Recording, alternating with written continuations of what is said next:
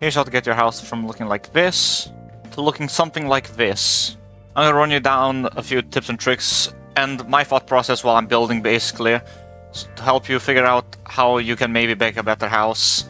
Because that right there is not bad by any means, but it could be a lot better. Now here's the thing, right? The house they saw in the intro is actually, like, it hasn't been built yet. I've only built this house. So I guess I'm gonna just run from my train of thought. Ah! Oh, hi, let me just, put up my desk real quick. So, here's the thing, right? While I was trying to build my base, I couldn't really get my words through very well, and I just kind of kept stuttering and not knowing what to say, so, I'm gonna come in and try doing a voiceover most of the building, basically. My dumbass also forgot to record, like, half of the, building in Flashback, so I'm gonna be using OBS recording for some of it. Like, halfway of it, actually, but, yeah. I just want to come in to say that, so, yeah. Still hope you enjoyed the video, though.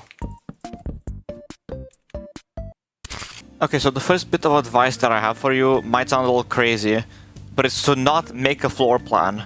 I know literally every single professional builder and builder in general just says to make a floor plan.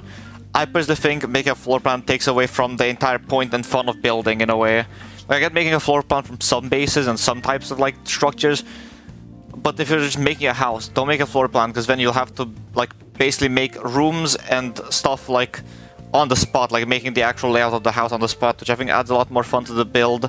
Plus, it can make your house look more unique, just because, well, if you're building things on the spot, you're gonna have to add rooms where you didn't think you're gonna have to add rooms, and so on, making it, I would say, just more fun to build in the moment. I guess another word to describe it would be like, it makes your house look more wacky, which is, again, a good and a bad thing, depending on what type of house you're trying to go for. To me, I just like the way that looks, so it's instantly a good thing for me.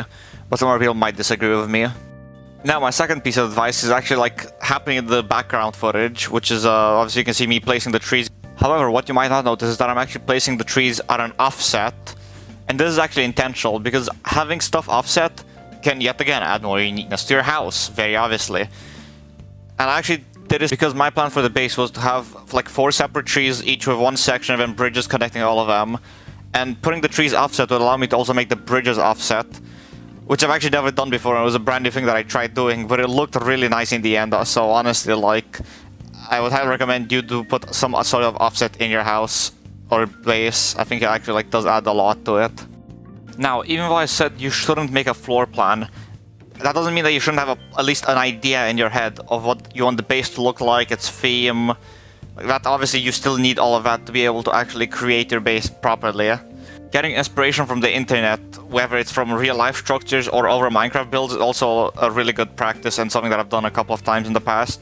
Because seeing what other people have done to, like, add to your idea and, like, what you want your base to be can help greatly improve your base, basically. Like, if there's already an existing idea and, like, build for something that you want to do, might as well use that to help you actually, like, build your base. It just makes sense. It's saving time and effort, but, like, in a good way, not in the way to, like, you know, where you just ruin the entire, like, fun of building.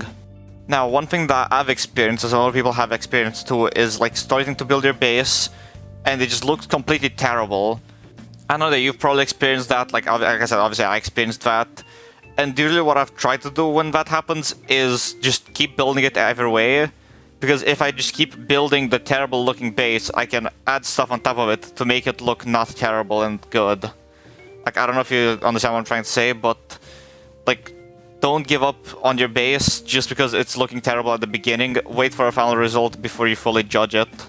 Now, I am gonna sound like a broken record because literally every single YouTuber has done a video on building has said to add depth to your build. But it's true, add depth to your build. Like, honestly, it helps so much. Make your logs be slightly offset, which, I mean, I guess I said that earlier about offset, but offset is depth, kind of. Use buttons, like stairs, slabs, trapdoors, anything like that. Any, like, half blocks, like blocks that are missing chunks, to add depth. Like I did this in this build, like they're seeing right now a couple of times. You'll see stairs, fences as well, just to try and add some, like, depth to the build and, like, make it look more dynamic, if you know what I mean. Another thing that everyone should try to do at the very least is texturing your builds with, like, different colors and, like, blocks that are, like, the same but, like, have just a slightly different tint.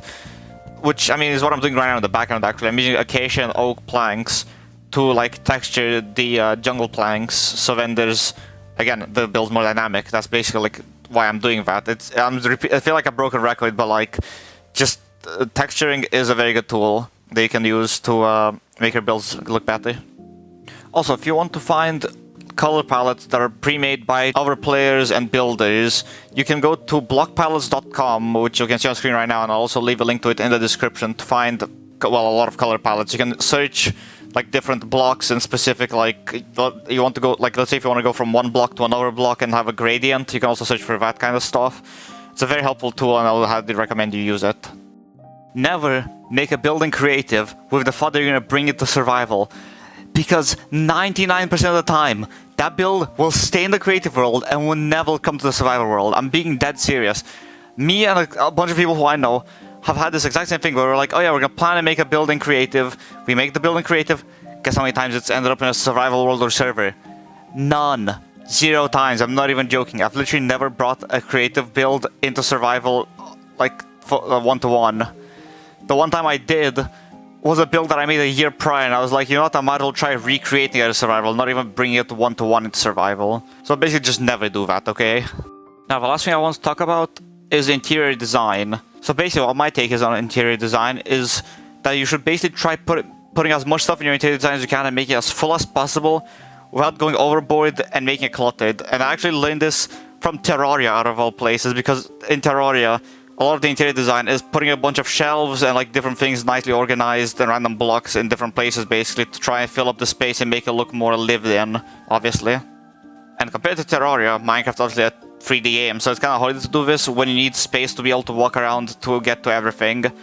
However, I do still think that there's very good ways to do this, such as, you know, adding random shelves, tables, item frames, chests, like crafting tables, so on, into your interior design to try and make it feel like it's actually like lived inside, so it doesn't look abandoned. Like, obviously for abandoned builds you want less interior and like for it to even be more cluttered, maybe even more interior, but for it to be more cluttered, like, you never know. But for bases that you want to live in and houses that you want to live in, have it like be a perfect balance to where it's not too cluttered but also not too empty on the inside. Well, that's all the advice I have for building. I hope the video was at least helpful to you.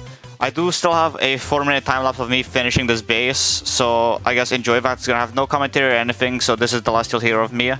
So yeah, if you enjoyed and want more videos like this, or at least found this video somewhat informative, consider liking and subscribing, as well as leaving a comment saying like, hey, this was helpful, or maybe say like, no, this was useless, please make something better.